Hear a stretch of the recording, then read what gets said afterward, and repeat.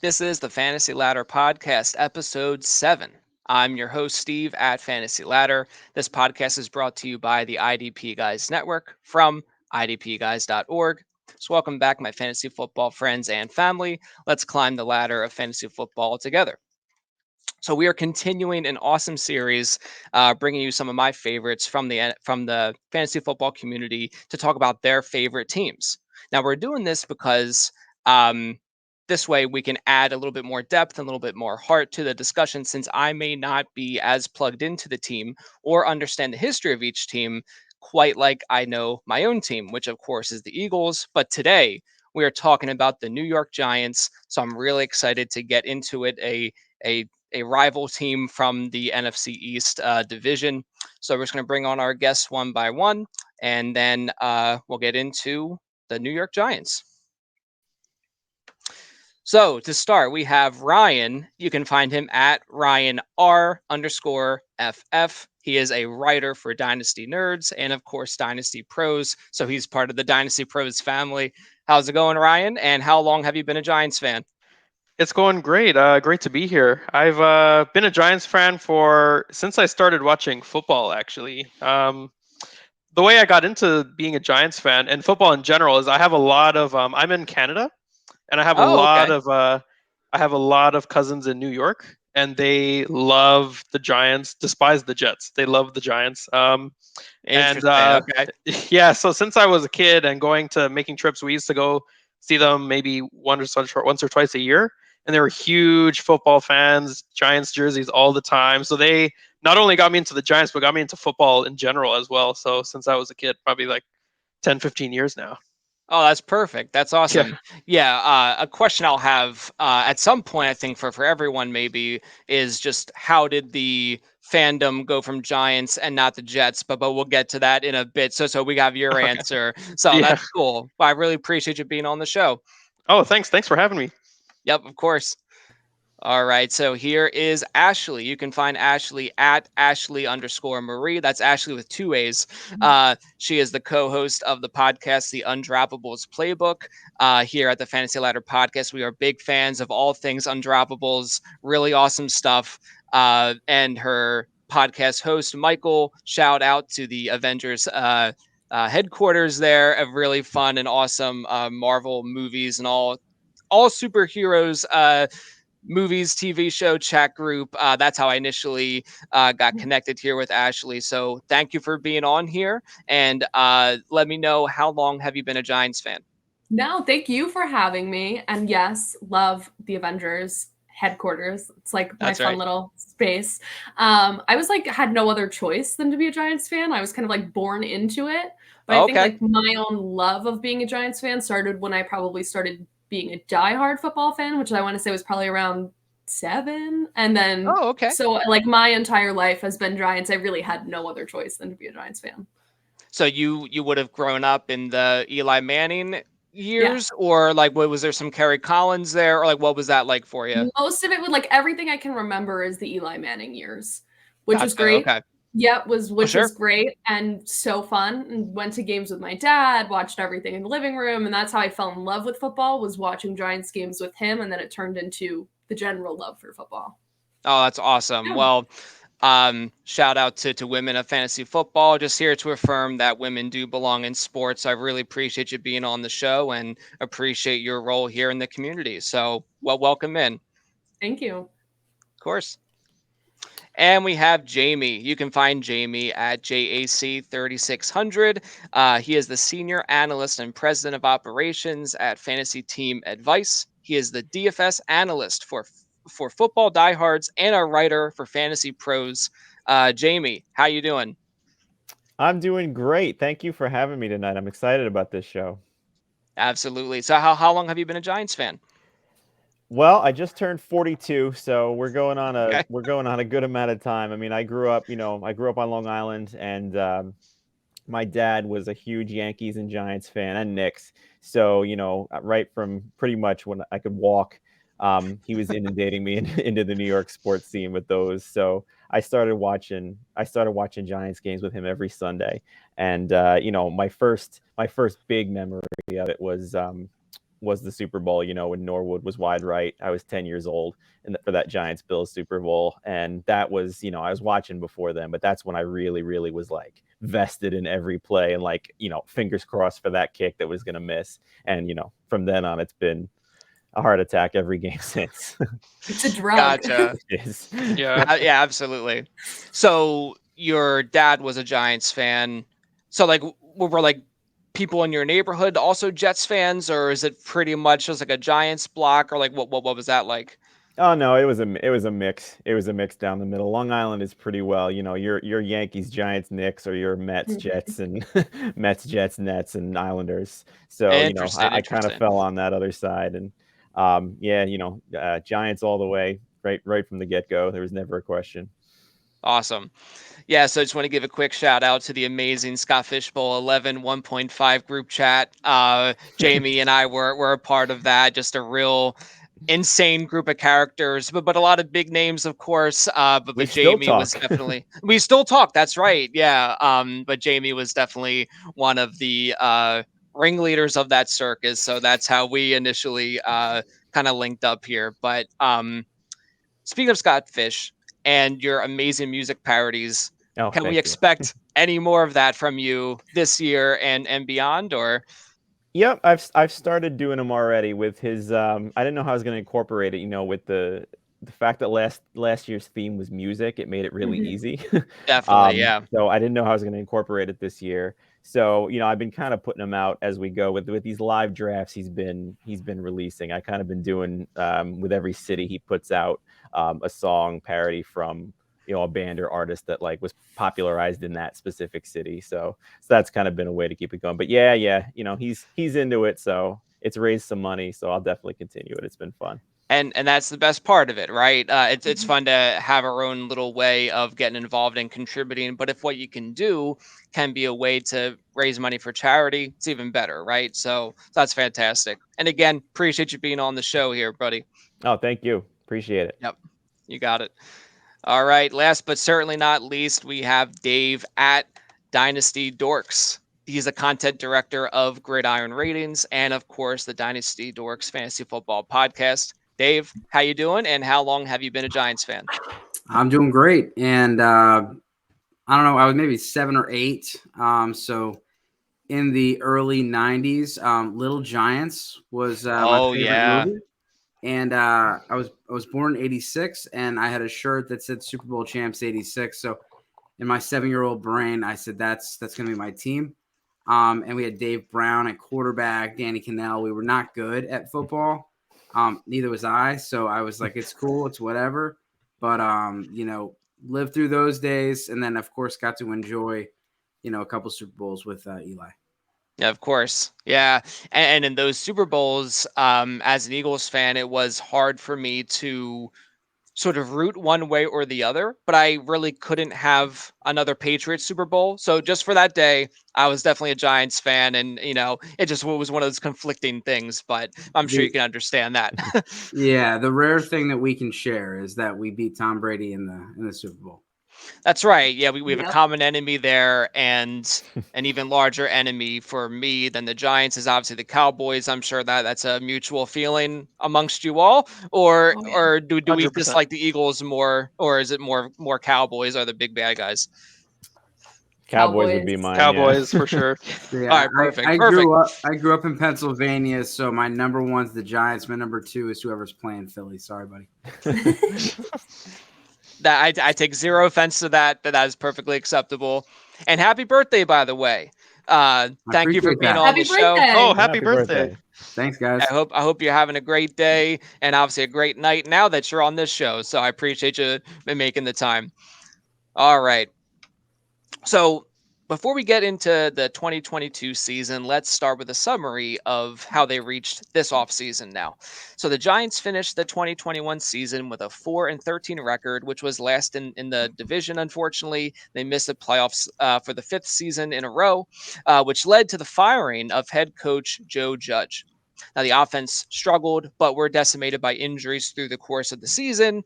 However, hope is on the horizon here as the Giants begin a new era as they successfully hired the coveted Buffalo Bills offensive coordinator Brian Dabble as their head coach. So Ashley, what was your reaction to Joe Judge getting fired? Were you shocked or relieved by that? What was going on in your head with that? Let's just say if I had a bottle of champagne, I would have popped it right then and there and had a dance party all to myself in my work office. I was thrilled. I was one of the ones that had really high hopes for Judge going in. I also just think the Giants have a way of doing that to you, like having really high hopes about literally everything they do. I was thrilled. I kept giving Judge chances, and then like my literal final straw was that QB sneak in her own end zone, and I that was it. I was like, I cannot defend a single thing this man does anymore. It Yeah. literally looks like a parody of football, and I think they followed it up perfectly. Like everything I could have asked for was having Joe Shane, having Dabble. If you've been watching the Giants, like Inside Giants, it's called the Giants: A New Era.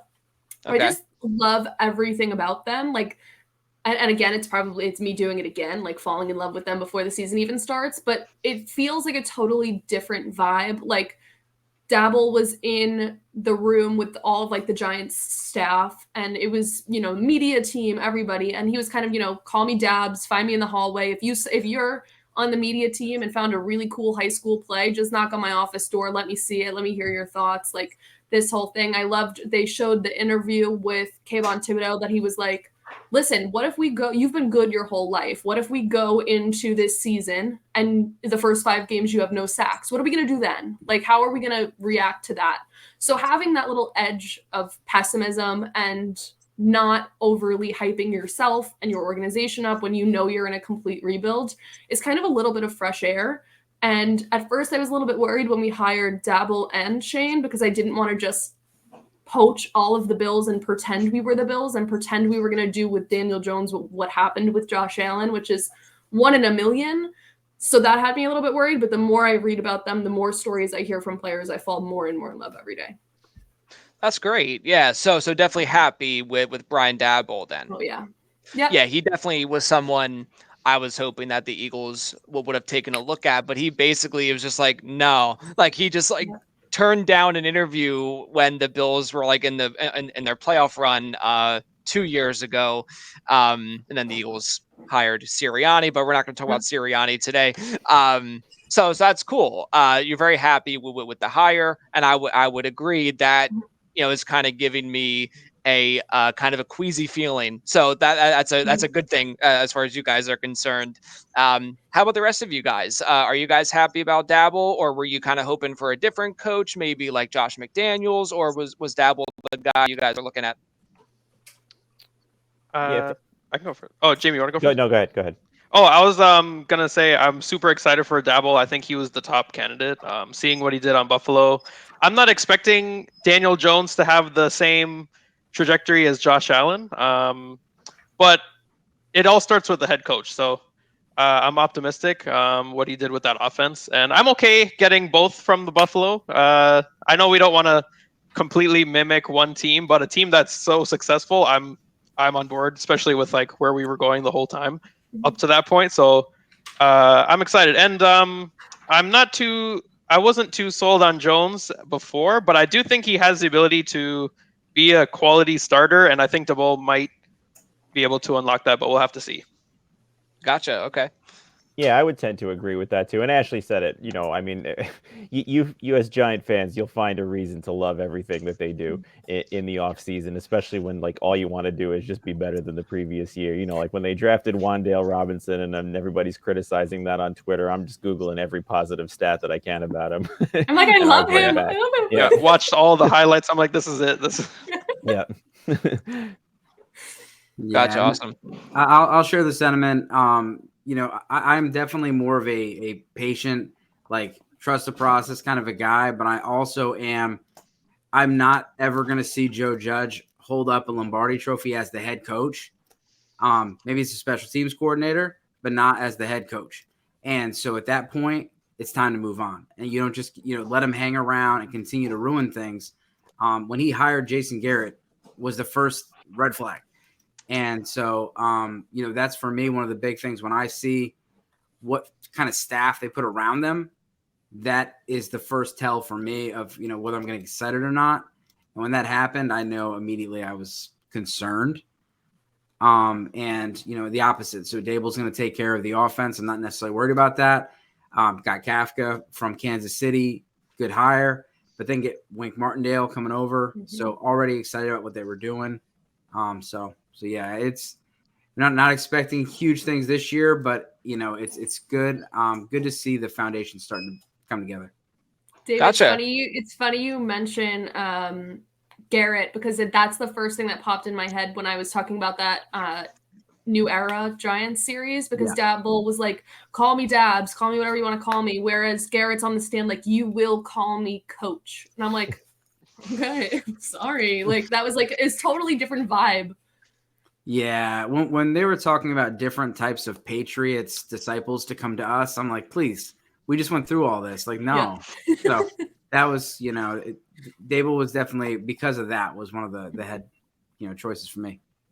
It is really interesting. Like a head coach can very quickly lose the team, Mm-hmm. and the last Eagles quarterback, Doug Peterson, he very much was like a player's coach, and obviously he was very successful. And then, but by the time he got let go, I felt it was time, But either way, Joe Judge, from what I could tell, he just kind of had this real old school kind of approach, and it just clearly just wasn't an effective way of getting to some of these younger guys, Yeah. and he can be kind of firm in his ways and stuff, and it is what it is, but It works when you're Belichick and you're winning. People don't question you when you're winning. that's a good point. Yeah. But when you're losing and you're being a jerk to everybody, look at Patricia, you look at Flores, I mean, all those guys, it just doesn't work if you're not winning. I went to Patriots Giants joint camp at Gillette last preseason. And it was like, even that you could tell, again, you're back in your home, you're trying to impress your old boss. I mean, he has I am literally sweating in a t-shirt and shorts. It was probably close to 100 degrees. And he had them running laps around the facility, like in front of all of the people. Like, there were hundreds and hundreds of people there, and you're making them run laps, and they just weren't having it. And everyone's like, why are they so bad? I'm like, this is part of it. Like, you have no morale for something that means nothing. You are trying to prove it to yourself because your old boss is here. Like, interesting. That's fascinating. I feel like that was similar to the. Oh, sorry. No, I was just going to say, I feel like that was also similar to the Matt Nagy situation in Chicago as well. Yeah, definitely. Yeah, for sure. Where it seemed okay for a while there with Nagy, and then one thing after another, it's just time to go, right? Yeah. So yeah, the head coach, obviously, there's a big solution there, so that's good. That's a very important aspect of accelerating the rebuild. The next hurdle, of course, is the roster additions, but more importantly, minimizing any significant roster departures. So, just to summarize some of the free agency moves, and if there's anything I'm missing, please chime in and let me know. But the Giants were not able to retain tackle Nate Solder, cornerback James Bradbury, safety Jabril Peppers, tight end Evan Ingram, defensive end Lorenzo Carter, guard Will Hernandez. And then they were able to add quarterback Tyrod Taylor, just a solid backup to Daniel Jones, defensive tackle Justin Ellis from the Ravens, running back Matt Breida, tight end Ricky Seals-Jones, who basically will slot right in to replace Evan Ingram. So, Jamie, who do you think is the most significant loss or the most significant addition of those players? Or if I missed anyone you think is more important? Well, as far as the loss goes, I mean, that's got to be Bradbury to me. I know that he wasn't as good in 2021 as he was in 2020, but it's just losing him to the Eagles was just a microcosm of the situation that our front office and coaching staff had put us in for the last year. The fact that they weren't able to retain him because he would have been almost a $22 million hit against the cap, set to make, I think, 13 and a half this season. They weren't able to find a trade partner because they knew they didn't hold any of the cards. And, I mean, a lot of people are trying to sell the fact that we're not going to miss him. Just he took such a step back last year. When you think about the situation he's going into with Philadelphia, where he's he's going to start opposite Darius Slay. He's not going to have to guard wide receiver ones every game. I mean, they can switch them all over the place. I really think that that's a good gain for the Eagles, and any good gain for the Eagles is a loss for the Giants. And the fact that they haven't really adequately replaced him yet is an issue for me. So that would be, I think, the biggest loss of these guys. I think the others are replaceable, but that's a tough one. Did you know he's Gotcha. taking less salary than we are taking a cap hit? That's what stings the most. Like the cap hit we're still taking from losing him is more than his salary is for this year. That hurts. Oh wow, that's Mhm. interesting. Jeez. Yeah. And again, that's the front, that's the front office. That's what we've had to deal with for the past couple of years with that, and that's The one kind of good why thing we're in Dave this Gettleman situation. did, and Yeah. We Honestly, yeah. because he was signed before a certain date, we do get a $2 million roster bonus Yes. next year, Mhm. which obviously is not a huge thing, but definitely better than nothing. Yeah. Gotcha. Were there any players you were hoping that the Giants would have signed? Or do you think that maybe being aggressive in free agency wasn't the best move at this point, considering the state of the team? They were, I mean, they were so cap strapped this offseason that it was really tough to go out and get the ones that you really would have wanted. I mean, someone like Terran Armstead or Chandler Jones, who got big money contracts from other teams, would have really addressed some Giant needs, but they didn't have the money for that. I think they did well for what they did have. They signed Mark Lewinsky, they signed John Feliciano, who are in essence offensive line upgrades, which of course was the need before they even went into this draft. I actually really like the Tyrod Taylor signing. I know that Mhm. it seems like they paid him a little bit too much for a backup quarterback, but they had to make sure that they didn't have a repeat of last season. Daniel Jones has missed games in every season so far. And Glennon and Fromm were flat out embarrassing. So really anything is better than that. I think Tyrod is, he's got 59 touchdown passes against 25 interceptions in his career. He's got history with the Buffalo staff. His role is pretty clear. He's not a threat to challenge Jones for the starting job, as maybe Mitchell Trubisky would have been if they had signed him. So, he's a veteran that will help Daniel Jones in the quarterback room. That's my favorite one they did, even if they seem to have overpaid for it. I completely agree. That one was my favorite. That I was thrilled that day because at least you have a player who can put numbers on the board. Like Tyrod Taylor, especially before his lung was punctured, was like above average. He wasn't like below average. He was above above average. So knowing that he has a fairly high ceiling for a backup behind a quarterback who is in a prove it all year with a injury history, signing someone like that I think is a huge win for the Giants. Gotcha. Awesome.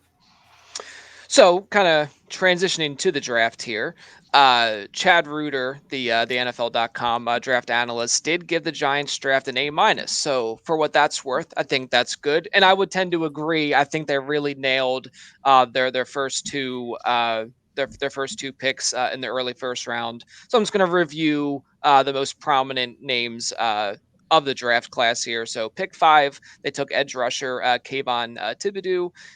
Pick 7, tackle Evan Neal. Pick 43 in the second round, wide receiver Wando Robinson. Third round, they went with offensive lineman and a cornerback, just good like foundational pieces there. Round 4, tight end Daniel Bellinger and safety Dane Belton. Then in round 5, they had 3 picks, a linebacker, defensive tackle, offensive line. Then they rounded out their class in round 6 with another linebacker. So I do think that they nailed their first 2 rounders, which I think was really important to do, which kind of ease the pain of the trade back with the Bears in the 2021 draft. So Ryan, all things considered, with free agency, with the draft, how do you think the team fulfilled the roster needs? Overall, I think they did really well. Like you said, I think they hit it right on the head with the first 2 picks. That was like a dream draft. Like at the time, looking back at the first round, I would have said we were like top 3 in terms of like best draft at that point. I'm surprised Thibodeau fell and Neil both fell to us. That was I like know. It was like amazing. yeah, that was like a mock draft dream that you would just only see in mock drafts, and it actually happened. Yeah. In terms of the rest of the draft, I think they did okay. I think going cornerback in round 3, and obviously the Wandale Robinson that we'll get to, we touched on it a bit, was a bit of a reach there. There was a few players. I'll get to that after. I actually wrote a few down that I think they should have took at that time. I like Oh, Wandale please, yeah. as a prospect. So I have nothing against him as a player. Just the spot is what I was a little worried about. Like David Ojabo was on the board. I don't know if that was a pressing need, but the talent is there. The two safeties that ended up going after, one to Chicago, Brisker, and Yep. one to Kansas City, Brian Cook. And even the cornerback that went to Cincinnati about 15 picks later, I thought were a little bit better. I think they had their eyes on a few cornerbacks in the first round. But after they went, I think that's when Joe decided to go receiver instead. I was a little worried as well because like some guys, I don't know about everyone else. I thought like Sky Moore might have been a better pick if you're going to go wide receiver. Because we started a bit of a train, right? Including Wandale Robinson, the last 12 picks, 6 of them were receivers. So they started a bit of a train there. Like John Mechie went right after. Then you had the Tyquan Thornton pick to New England, which is like a head scratcher. But then George Pickens, Alec Pierce, Sky Moore back to back to back to end. So I would have been a little more happy with Sky Moore if they had to go receiver, but I actually would have been more happy going with a more of a defensive push on there. But I think it sounded like Joe and DeBoll have a really good idea of what to use Wandale, and they have a specific plan for him. That's what I've seen in all the reports. And his highlights are great. I was a little worried about the size, but the way DeBoll uses slot players like Cole Beasley and Isaiah McKenzie, whenever he comes in, he can be like a WR2 immediately if he plugs in for Beasley being down. So I think I'm really excited for it. Was a bit of a reach, but I think it'll work. Yeah, I was I kind of felt the same way as you. I'm a really big fan of Robinson as a player. But again, it did seem just a bit early for my liking for what that's worth. Yeah. So, but and again, it's interesting you mentioned Brisker. I actually had him as a guy I thought that would have probably fit better in that offense at that point. He was someone again I was hoping that the Eagles would have taken, but that's neither here nor there. Um, but yeah, so um, get Jamie back on. Yeah, so Oh, no. that's all right. That's fine. But yeah, so Wando Robinson. I thought it wasn't necessarily a position to prioritize, even though I am a big fan of the talent, and I think in return it could be an absolute awesome spot as far as fantasy is concerned. Maybe a little bit of patience, we'll have to see what happens just with those with those wide receivers. Like I'm a pretty notorious fan of like Sterling Shepard. I'm a big fan of his.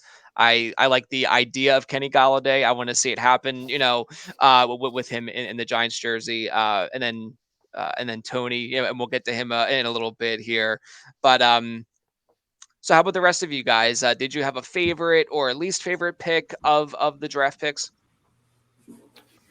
Well, I mean, you said it, the first two were, I mean, everybody I think is in agreement on that's, I mean, we couldn't have scripted that any better for us. Yeah. I really like the Dane Belton pick later on. Okay. He's getting all kinds of buzz across a lot of platforms, just because he's a standout in his final collegiate season. I was actually familiar with him. I started watching a lot more college football as the draft was nearing in the bowl games and everything, just to kind of see some of the day 2 and day 3 guys and just watch some film on them. I mean, he's elite coverage skills on one of the better defenses in college football, and he's looking like he might actually get starter snaps, and from a day 3 pick, that's a pretty good steal, I think. Nice. Yeah, I think for Giants fans, every Giants message board that you've seen the last 5 to 10 years has said, get us a pass rusher. So for us to land a pass rusher in the early rounds, I fully expected them to trade that second pick, but the way that the board fell, they couldn't let Neil go because there was such a drop off of talent. but with the way their cap is, they got to pay number 5 pick and number 7 pick, pretty expensive, and they're a bad team, so they need as many picks as they can, and sometimes turning that, But at the end of the day, there's only so many teams. We saw Jerry Jones's draft board; he only had 17 players of first round grades, so you don't want to drop too far back. So to get two guys that were top 5 on our board was super happy. Robinson, I'm with you. If I go receiver, I'm going Sky Moore. There's some linebackers that I would have liked to go, going back to the old Giants days with linebackers. We need safety pretty bad. Probably the biggest loss for me after Bradbury is Logan Ryan, captain of the team, really held things back together. So to lose both those guys plus Peppers, it's a big difference. But with Robinson, Sterling Shepard's towards Achilles at the end of the year. It's very likely he doesn't start the season ready to go, and it's very likely he's not a Giant in 2 years. Kenny Galladay experiment's not looking good, and we don't know if they like Kadarius Toney or not. So for them to go Robinson kind of tells us a lot of what they don't think about the group. And Robinson's been successful, and what I really like about Robinson is he stepped up competition going from the big, going from Nebraska to Kentucky, and he was the only game in town, and he dominated. Yeah, he did. Yeah. Really garbage quarterback play. Yeah. So, not saying this guy's going to be the next Antonio Brown, but I do think that, this guy's got something special about him. That's the reason the Giants took him in the second round. Yeah, no, he definitely fits this unique, mold of these kind of modern day superstars. Like, again, I hate to be the guy, but like a Deebo Samuel type or Cordero Patterson type, he absolutely fits that mold. Like last season, he had 100. He had over 100 rushing yards, only 7 attempts, and this is a wide receiver. So he's just an explosive athlete. Yeah, I think he had 1,500 total yards of offense. Like he really blew up in his final year.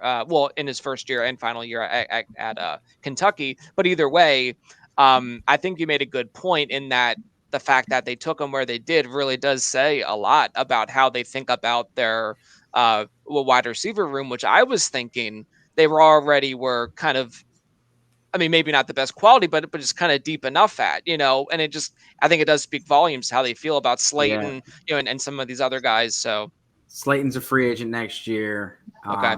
Like I said, Shepard took a pay cut, but his contract's about up, and coming off an Achilles, it's going to be rough. He's had injuries in the past, so we'll see. Yeah. Gotcha. And for me, that pick too is like it reaffirms that they have an idea what they're doing, right? Like you can kind of tell with this draft that they're adding depth rather than, I hate to bring them back up, but like, okay, so we had pick 5 and 7. If we were 2 years ago, dead set on getting a tackle, we would have taken Neal at 5 with Gettleman because, I love Neal. I fell in love with him. We would have taken Neal at 5, even though Thibodeau was still there, and not gotten Thibodeau. We weren't locked in. We had adjustments. We traded back twice for that second round pick to get Wan'Dale. We got more picks out of that. Yep. I do like taking a chance on him, especially because towards the end of the year, we literally had no one to catch the ball. I mean, at one point you had Saquon was hurt too. You couldn't even have a running back. He could barely run with his sprained ankle or whatever that was. So you barely had anyone to catch the ball. And with someone like Daniel Jones, who I will forever bring up, not this past season, the season before, was the best deep ball passer in the league. To have small and have speedy is something that benefits him. And again, I think it says a lot about, we could run a dual set with him and Kadarius Toney, and that would be crazy. I'd love to see a couple of those.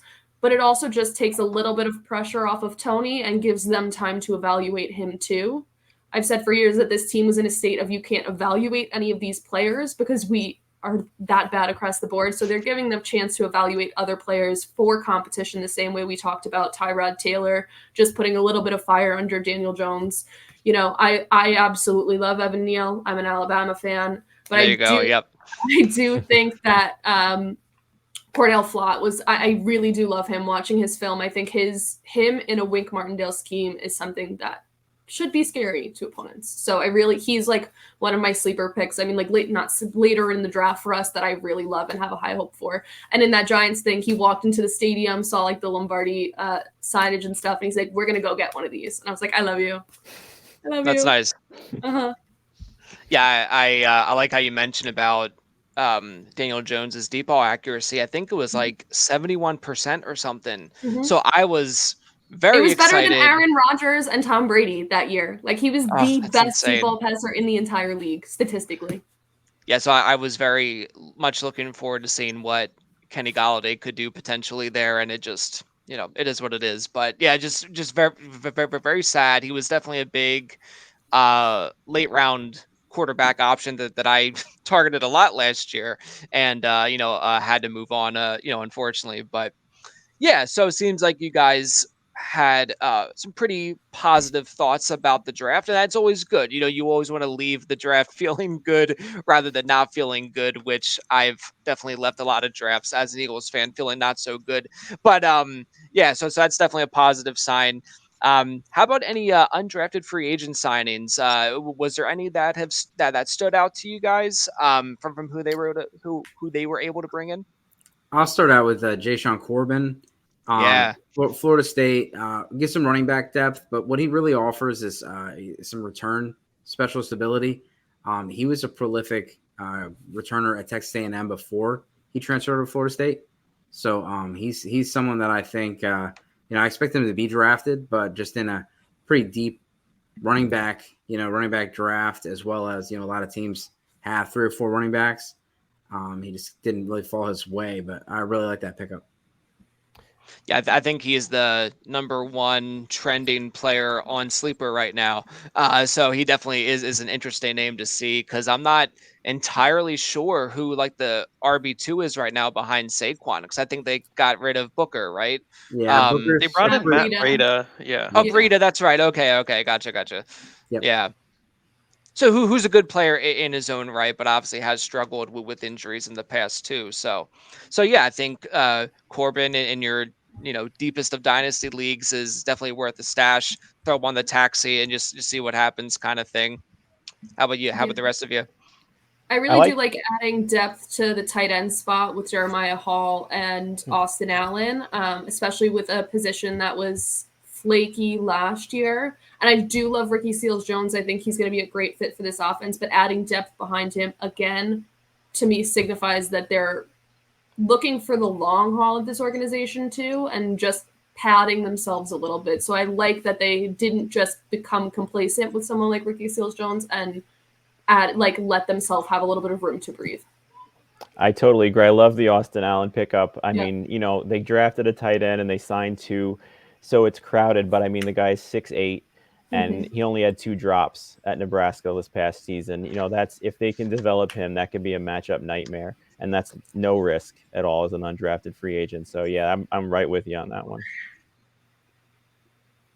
How about you, Ryan? You got any thoughts on the UDFAs? Nothing extra. I completely agree. I think tight end was a weak spot. I think addressing in the draft was good as well. Especially, I don't know how everyone feels about Evan Ingram. I was really high on him for so long, but then it started, especially with the injuries. So it's really good that they're deciding to bolster up that spot, I think. Evan Ingram was a great guy for the community. He just had a case of the yips and needed something new. So I hope he succeeds. As much as I hated him because he was on the team and not performing, I hope he does well, and I hope the new tight ends do better. I had trouble not holding a grudge against him the entire time he was a Giant, because they didn't draft TJ Watt with that pick, and I really wanted TJ Watt, and obviously TJ Watt would have been the better pick. Yeah, that's I looked at that draft class the other day. That whole draft class was upside down. During the NFL draft, I pulled that one up, and I was like, "Wow, that one was." Yeah, if you look at the Daniel Jones lowlights, a lot of them are Evan Ingram drop balls turned into interceptions. Yeah. Oh, wow. Yeah. Remember the Philly game where he ran 70 yards and fell on his face? They made a huge comeback. The game would have been sealed, but Evan Ingram dropped the ball that literally hit him in both hands. Yep. And he had nobody in front of him. He kept getting last year. He kept getting him in the chest, like dead in the chest, and bouncing off of him and into a corner. Yeah, and his liability. Go ahead. No, you go. Yeah, go. Just a liability in the run blocking. I like them moving towards the more traditional, more traditional tight ends. They added Jordan Akins as well. They also, Daniel Bellinger. Literally like day or two before the draft, listening to Move the Sticks, and he's throwing some Daniel Bellinger love. And so from the Giants pick him up, just talking about traits. This guy's got really good traits, and you want to bet on the traits when it comes to tight ends, because a lot of tight ends don't have a lot of production. I think George Kittle had like 40 catches in college. You have to bet on the production. Not saying Daniel Bellinger is going to be George Kittle, but there's just not a lot of tight ends that are out there, putting up gaudy numbers. And so a guy like that has the ideal size, prototypical, and he's a good blocker.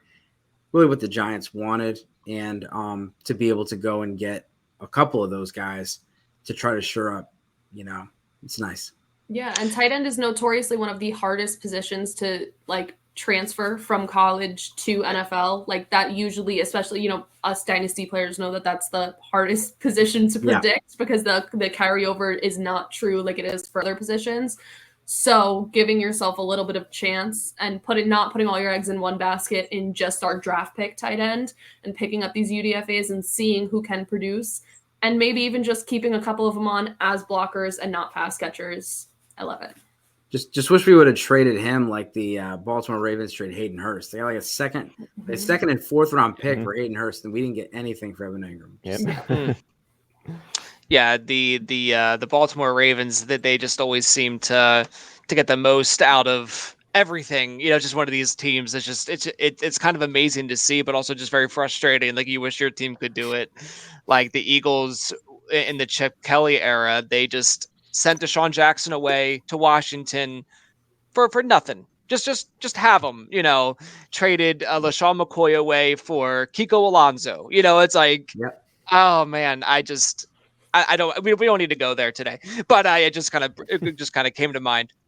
So Steve, if you're going to have a bunch of Giants fans on, you do not speak Deshaun Jackson's name among us. I realized that the second it came out of my mouth. So we will shift gears, and we will not talk about the punt return for a touchdown. We definitely won't talk about that. But yeah, so just wanted to hear your guys' thoughts on a couple of kind of interesting conundrums. So we have Daniel Jones, and I really don't like this phrase, but it really does seem like he's in kind of a make or break season with a very competent offensive coordinator and head coach coming into play. Seems like he's really going to be set up well for success. Do you think it kind of all comes down to this season for him, just with the really good class that's supposed to come out in 2023? I think so. What do you guys think about that? I think I think he's definitely on the hot seat. That was already a hot pick when he was drafted so high, which was a surprise for everyone. I do think to go back to Evan Ingram's drops a bit, a lot of his lowlights are receiver drops, like between Slayton and Ingram, and there was a lot of, especially deep balls, especially his percentages would have been even higher if Slayton just caught like 2 or 3 that landed like right in his hands and it just like slipped that right Washington through. Washington one last year. Yeah, exactly. Like there's a lot of times where I was more mad at Slayton for that than Daniel Jones completely. But it is a make or break, especially with the QB class being so good in 2023. I do think now with the new coach, new GM, some new weapons, he's on the hot seat. But this will be when we see if he can be unlocked or if we go for another quarterback next year. Yeah, Gotcha. I think not picking up his 5th-year option is a good sign that they're using it strictly as an evaluation year for a cap-strapped team that could save money by picking up a 5th-year option rather than, he turns out good and we have to pay this. They know they're taking a chance on keeping him here. And everybody has their eyes on that next year's quarterback class. So I think taking this time and not saying, he's 100% our guy, but them saying we're going to see what he can do for us would be really great. And, he's had 4 offensive coordinators in his 4 years. He hasn't had stability. He came out and said that that's something he's really wanted. So having the stability and having this new vibe to it, that I saw some videos from OTAs where the whole demeanor of it was a lot more encouraging. And maybe that's something he takes to better and performs better. Some people prefer being screamed at. Some people prefer having encouragement. It could be any mix of these things. I do love him. I think Giants fans have a right to be upset with his performance. But for me, it was more so mad at the circumstances that I couldn't fully evaluate his performance. But I do think this is kind of his last ride to see if he's going to be a backup quarterback in this league or somebody's choice to be a starting quarterback. Interesting. Yeah, and the Giants have the franchise tag, so that 5th-year option they waived, but they still have the franchise tag. So if he plays well, they can put him on the franchise tag, give him another year. Yeah.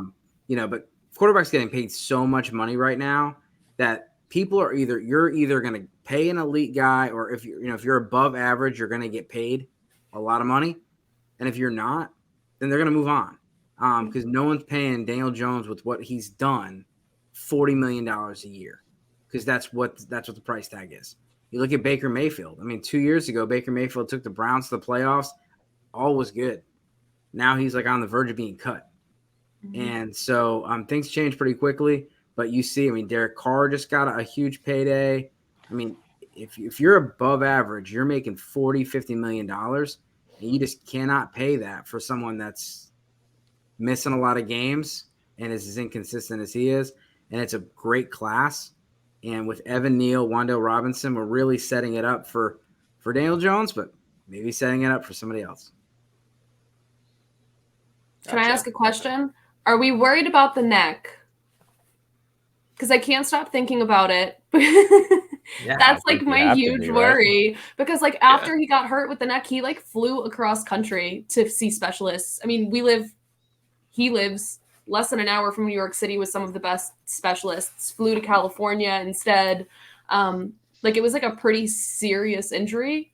Are we all worried about that, or we kind of forget about that? I mean, they start throwing the word stenosis around. You can't help but worry, especially when, Giants fans saw this with David Wilson not more than like a decade ago. I mean, I know it's different, running backs and quarterbacks are not the same thing as far as injuries and longevity goes. But I mean, that I honestly think that has to be taken into account when you're declining that 5th-year option as well. I mean, it's even without the neck. I mean, he's missed games for other things too.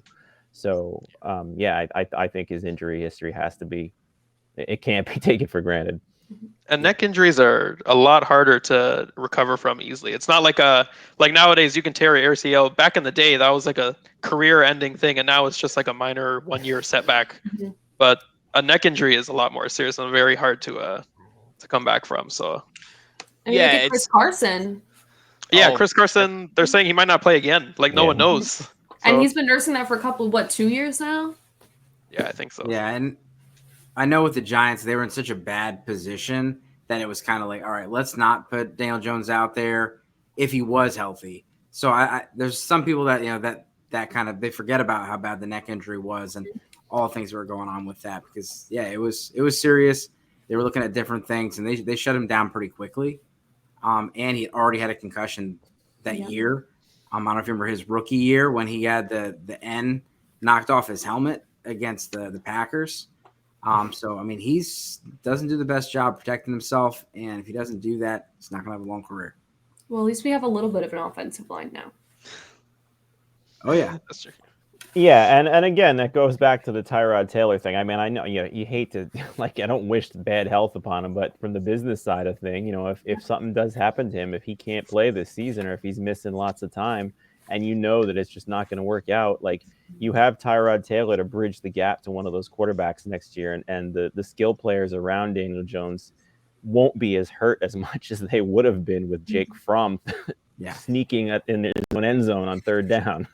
Well, and it's a great locker room guy. They're trying to bring that culture over, and Tyrod is familiar with the Bills, the playbook, the organization. They brought in a guy. They brought him in for that reason, to mentor all the young players in the Giants, not just Daniel Jones, but to Daniel Jones specifically. And so bringing in someone like that, there's a lot that it's going to come to Daniel Jones just by having Tyrod in the building. Yeah, no, definitely. I think Tyrod is definitely capable of running a very functional offense, and that is definitely a step up, like you guys have already said, from what the backups were last year. But and I'm glad I had you guys on because I completely overlooked the neck injury that Daniel Mhm. Jones had, and with the concussion and the neck injury, we're talking about some serious just general quality of life questions. You know what I mean? So yeah, I mean, obviously that's definitely a big thing to monitor. So again, I just appreciate that insight that I definitely had overlooked in this case. Um, so the next big question mark on the team has to come with the wide receiver they drafted in the first round last year, and this is Kadarius Toney. Definitely a player. He was a guy I was pretty excited for, probably more than most, just because I think he had kind of a unique athleticism to him. But can you guys offer any additional insight as to what exactly is going on with him right now? Because I literally am just perplexed by this whole situation. I really hope he is on the team and all these things. Um, any insight on that you guys could offer? I'll say this: they said the Giants were listening. They weren't necessarily going out and shopping him. Mhm. But with the class the way it was and the way that Tony's contract is, the Giants paid all the sign-on bonus.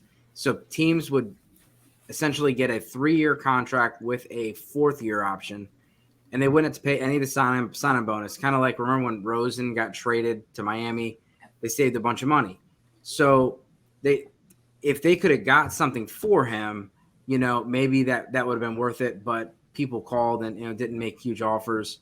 But I don't necessarily think the Giants are trying to get rid of him or anything like that. It doesn't seem like there's any bad vibes. And when it all came out, they were like, reports were like, Tony's sleeping in the Giants facility. Like, he's not going anywhere.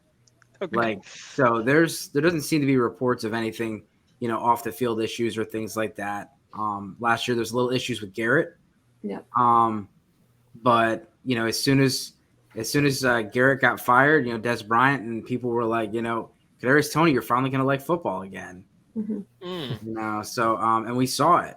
I mean, you could look at the splits. Garrett got fired. Next thing you know, Tony was 8th in the league, and if you take all the receivers with 50 plus attempts, 50 plus targets, he was 8th in the league in yards after the catch, and he was seventh in the most in targets per route.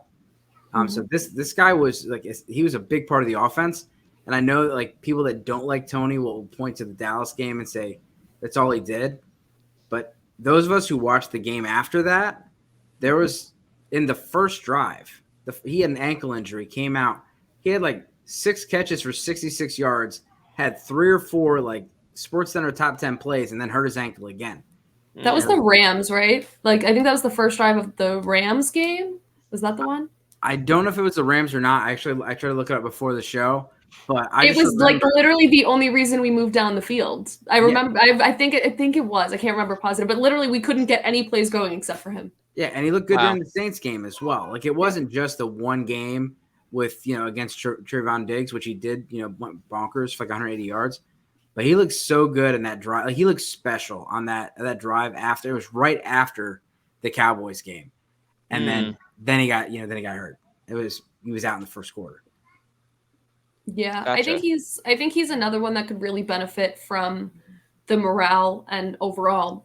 I keep using the word vibe change because I think that's just the best way to describe it.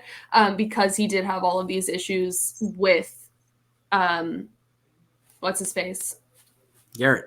Garrett. I wanted to say Gettleman from Garrett and Judge. Well, And that was when stories came out about off the field issues last year, and he wants to focus on music, and he doesn't show up, and he's having family issues and all this stuff. And he's such a personable guy, it's hard to believe those things. So I'm sure there were issues last year, and I'm sure that reflected in his behavior, his personality, but with an entire new culture, entire new staff, I think he's someone who could really benefit. I just love having someone so dynamic on the team, especially with an offensive line that's still in rebuild. We don't have a solid offensive line. So having somebody who could pick up all of that yards after the catch is something that's incredibly beneficial to a team that needs to often dump the ball off. Definitely, definitely. I was Gotcha. a little worried at first, only because all the reports came out about them taking offers, and then they went and reached a little bit for Wandale Robinson, and then so there was a lot of mystery about what they're gonna do with Tony. But then, Dave touched on, now he's like sleeping at the facility and stuff. So I'm really excited for what he can do. And he's so Could you elusive imagine on the the field. sets? Could you imagine the sets between the two of them? Between Yeah. Wandale and Tony, like that's so hard to defend. Yeah, that'll be actually like a nightmare for defenses. And I think DeBoer is the perfect person to use the two of them, especially because they coming out of the slot and stuff. I think it'll be exciting. I think it'll be good for the offense as a whole, and especially Daniel Jones. Definitely, yeah. Okay. Well, good. Yeah, it sounds like a little bit more optimism surrounding him than what I was initially thinking. So I feel much better about that. I may or may not have some personal stake in Tony's future, but that's again neither here nor there. But just kind of looking ahead now to the 2022 season. Very interesting division, right? There has not been a repeat NFC East division winner since the 2003-2004 Eagles. Obviously, Dallas took the division last year. The Eagles just kind of snuck into the playoffs. But Dave, after seeing the schedule released, what are your thoughts on a realistic expectation in terms of wins and losses for 2022? Yeah, so I with the Giants, I'm not expecting playoffs this year, so I didn't necessarily go and check the boxes for that. But I think they're going to be a more competitive team than they were last year. They're focusing right now on building a culture, building depth, and I don't expect a whole lot from them this year as far as the wins, but I do think they'll be far more competitive than they were last year. Yeah, I think if there is that positive like momentum as a culture, you can feel better about if there are some tough losses or some close games and stuff. If it doesn't translate to exact wins and losses as a Yeah, you total, just don't want you to can feel better see about that. Yeah. you just don't want to see the jokes, like the stuff that we've seen where it's just like you make Sports Center because your QB sneaking from your end zone. Like that's the kind of that doesn't need to happen. Gotcha. I'm Yeah. never gonna forget that ever. Like, Yeah, it's really amazing. I don't know. Which week was that? Was that like one of the last weeks of the season? Yep. Yeah. I think second to last game, maybe. It's like the fantasy like championship weekend, probably, or something Definitely. like that. I'm maybe, just trying to yeah. think out loud. Yeah, But and like Ashley alluded to earlier, and we had Dante Pettis as our wide receiver one for the last month of the year. John Ross. John Ross. I mean, it definitely those types of plays and those types of things solidified Joe Judge's departure.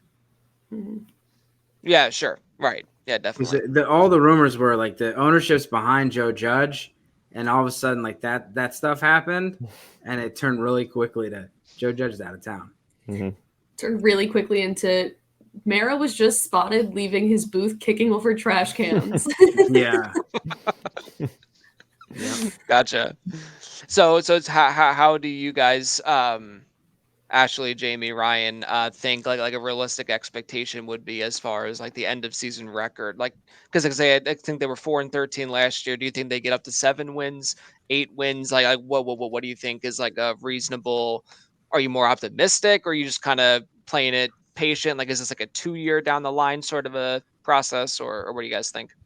Yeah, I definitely would love to see more than 4 wins in a season. I think I pulled up the schedule again. Realistically, usually we beat the Eagles once, we beat the Cowboys once. You call those 2 wins. I think you could beat the Panthers, the Saints, the Falcons, the Bears. You have chances with a team like Kansas City, especially without Tyreek Hill. So I think there is a lot of upside to this. I say my high expectation is we break even and, win half, lose half. I think probably somewhere around that 7 range is where I would feel good because we won more and I have a better understanding of the trajectory this team's going. Gotcha. Okay. Yeah, I would tend to agree with that too.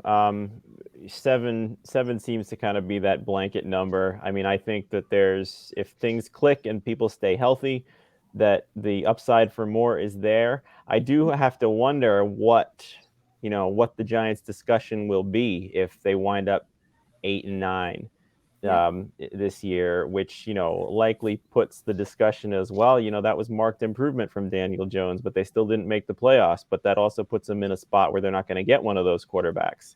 So I mean, that's a tough spot. So I think you kind of gotta go all in and figure it out quick, and then, as much as I hate to admit it, start the tank if it's not working. Yep.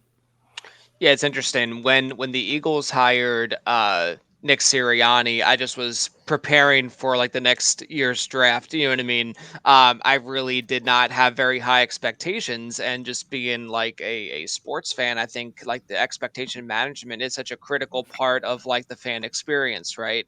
Because when you have these high expectations and the team disappoints, it's really brutal. But if you have low expectations, and it's not that it doesn't sting as much. So I think ultimately you want to be.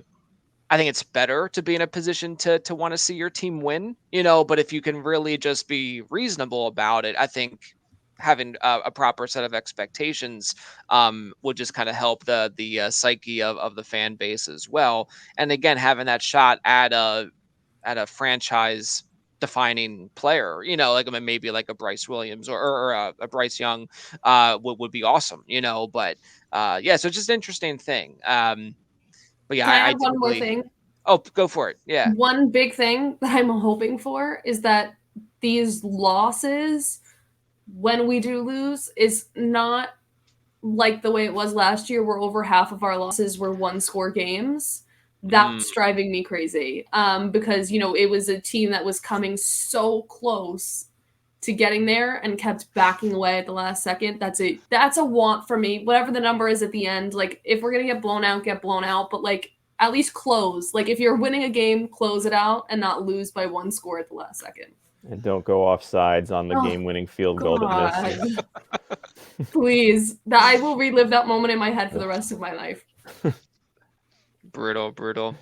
Yeah, so at the end of the day, this is a fantasy football podcast, so we do want to touch on the fantasy side of things as well. And you can all go either angle with redraft or like single season or dynasty. But we're basically looking at players from the Giants that you are going to be targeting at cost, or players that you're going to be fading at cost. For me, I'm in a position where I'm still am like Saquon Barkley, like no matter what. I've been doing a couple of startups here. I got Saquon in back-to-back startups in the 4th round, which I just think is insane. To me, he has true RB1 upside. He's probably the only one outside of the top 2 rounds that has that potential. So for me, I'm all in. The only reason why he hasn't done well is because of the injuries and stuff. So a lot of that can be a little bit random. So I'm all in on Barkley. Players to avoid for me, probably none, because I think everyone will be fairly inexpensive as far as a redraft goes. So I'm very curious on your guys' thoughts on that. We can start with Ryan there. I completely agree. I'm all in on Saquon. People forget, like, he tore his ACL, and then that your whole offseason is just rehab. So now after this year, he has a full offseason to go back to training. Now he has a better GM, better head coach, better offensive line, some more outside weapons, so teams aren't just completely stacking the box against him. I think, Yep. and you're right. Point. I think in his rookie season, he was the RB1 overall in PPR, I believe. He was. I think yeah. so. So Yeah. with other, like you said, with other running backs at that ADP, you're not going to get anyone that ever had a RB1 overall season before. Like, he has the highest upside of anyone in that range.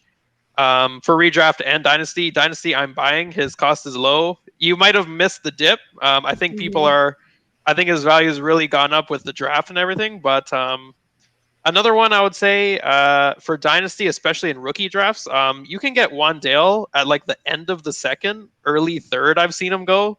I think that's a steal. I think he has a lot of upside. And when you come to the second round, you're dart throwing anyway already, especially with like the 2022 rookies. So I think he's a target for rookie drafts, especially. I'm not too sure about redraft just yet. I'm always a little skeptical on rookies like him in redraft. So for redraft, I definitely say Saquon all in, especially if you can get him in the 4th round. That's a steal, in my opinion. I love And it. especially Daniel Jones, too. You can get him for really cheap. And I think he's going to, even if he doesn't have the best season, he's going to be a very solid quarterback, especially for Superflex. I'd be Absolutely. quite happy with him as my Superflex spot. I'd be quite happy with that. Yep. I think Daniel Jones is one of those ones you have to keep an eye on your settings. Like I'm in a couple of leagues with huge disadvantage for incomplete passes. Ooh, that's okay. a league that I wouldn't want to have Daniel Jones in, especially in an offense that's just learning how to play together. But everywhere I can, that's like, normal scoring that wouldn't have that big of an implication for incomplete passes. I'm picking up Daniel Jones in Superflex everywhere I can, whether he is a play every week second QB or a throw in every now and again. I do, Kenny Galladay and Kadarius Toney are going right around each other. I believe Kadarius Toney's going, I think they combined all of it on Fantasy Pros, like around 47, and Kenny's going around wide receiver 50. Love Kenny Galladay for redraft, especially if you are someone who likes to save their wide receivers until a little bit later. I think he has a decent amount of upside. Kadarius Toney, I do like in Dynasty. You could still get him fairly late in Dynasty. I think a lot of people right now, especially, were scared off by the Wan'Dale Robinson pick, so his value dipped a little bit. I picked up Saquon everywhere I could when he was so cheap at the end of last season, but I would still be trying to acquire him before the season starts. And like you said, Steve, I'm not turning my back on any of these players in fantasy because a lot of them are coming at low cost with a high ceiling. That's right. Yep. Okay.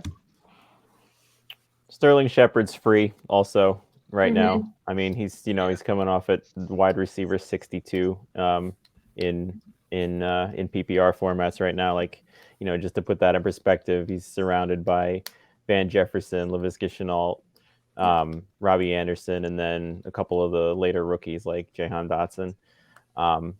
So I mean, he's not going to hurt you there, and he was Daniel Jones' most reliable receiver when he was healthy. Yeah, it depends on like your league settings too. If he happens to start the year on the pup, you can throw him on the IR. He's just a free player at that point, and you add someone else, so you can give yourself a little bit of an edge and see what happens there. So yeah, again, I just have been such a big fan of Sterling Shepard's for a long time. He's a player. He's hard for me to quit, but that's a good call. How about you, Dave? Yeah, I mean, it all comes down to cost with any player. You don't really hate the player, you just hate the cost. And right now, it's one. It's overall 129 for Kenny Galladay, overall 117 for Kadarius Toney. This is not dynasty ADP, but still, you're looking at those type of similar ADP when it comes to your dynasty drafts. People just aren't interested, and in this people get rookie fever. So if you look at it and you're sitting there and you got a couple second round picks and you want to take a shot, you can get Kadarius Toney for a mid second round pick, or you can just take Wan'Dale Robinson and kind of double your chances there. But Fantasy Pros was just talking about it today. They talked about the winning your league is not arguing Jamar Jefferson versus Justin Jefferson versus Jamar Chase. It's finding out who the next Cooper Kupp is, who's the next Deebo Samuel. And they were going through different scenarios of who could be the next guy that takes the leap from a wide receiver 3 to a 2 or a 1. And Derek Brown was like, it's ugly, but Kadarius Toney, and it's a huge upgrade to the offense as far as the play caller. He's getting Daniel Jones back, and he played well with Daniel Jones. There's a ton of targets that Evan Ingram's leaving on the field.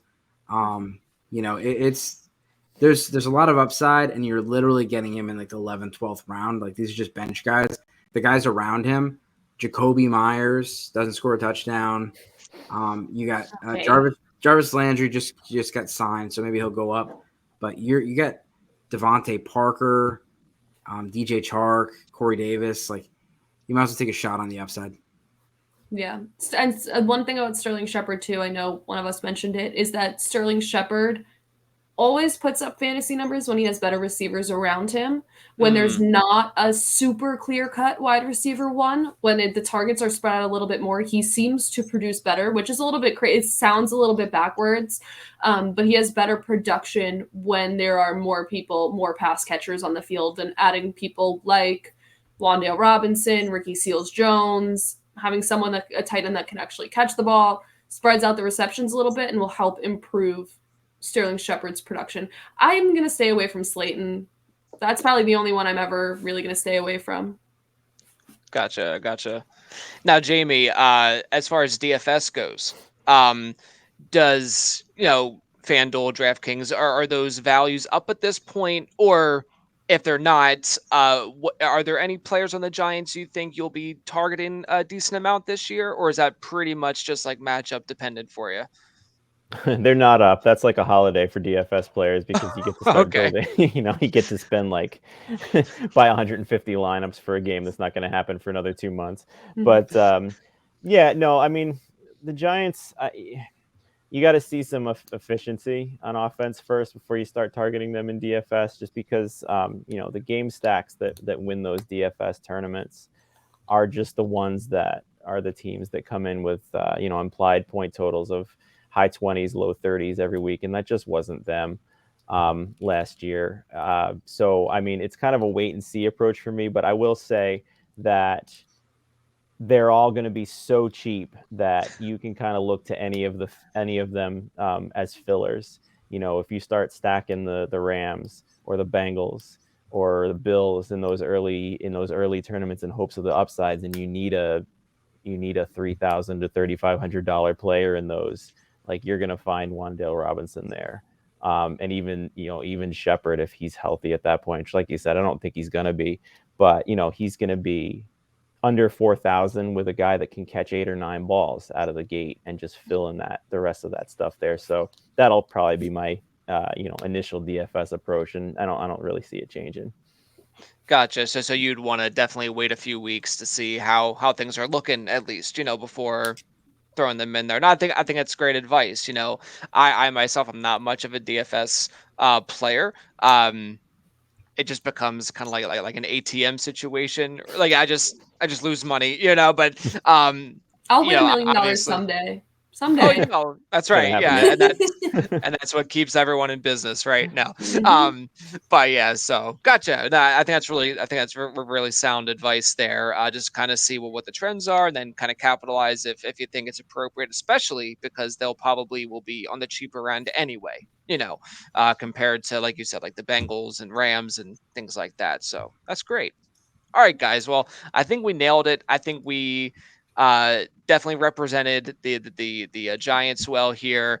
A little bit of cautious optimism, amongst you guys. So I think that's definitely a healthy balance, to kind of have for your team going into this season. So we're just going to wrap it up with a round of plugs here.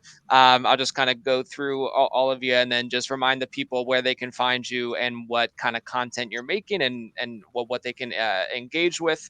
And when I say my audience, I mean at least my mom. Like, she always listens. So definitely say hi to mom on your way out. But yeah, exactly. So yeah, we'll start with Ryan, then Ashley, Jamie, then Dave. Yes, just some plugs and some goodbyes. So I've just been putting out some articles on both Dynasty Nerds and part of the Dynasty Pros family, along with our host Steve. Hi, Steve's mom, by the way. So yeah, just give me a follow on Twitter at RyanR_FF. I post all my links to every article I put on there. Any other advice and stats and stuff I tweet on there. Try to be as active on the fantasy football community as possible, and trying to put out at least an article a week. That's the goal, and maybe do some more podcasting as well for both redraft and Dynasty. Awesome. Love it. You can find me on Twitter. Is the best place to interact with me directly. That's at Ashley_Marie with 2 A's in the beginning of Ashley. I host a podcast called The Undroppables Playbook with my lovely co-host Michael Duncan. It's a general football show. We talk a little bit of fantasy, a little bit about every team. It's a lot of fun. We do that live on Wednesday nights at 8 p.m. Eastern Standard Time. You could watch live or catch it on YouTube or Spotify or Apple Music the next day. And with The Undroppables, all of my content's through them, articles. I run the social media, so I'm around. You could find me anywhere. And hi, Steve's mom.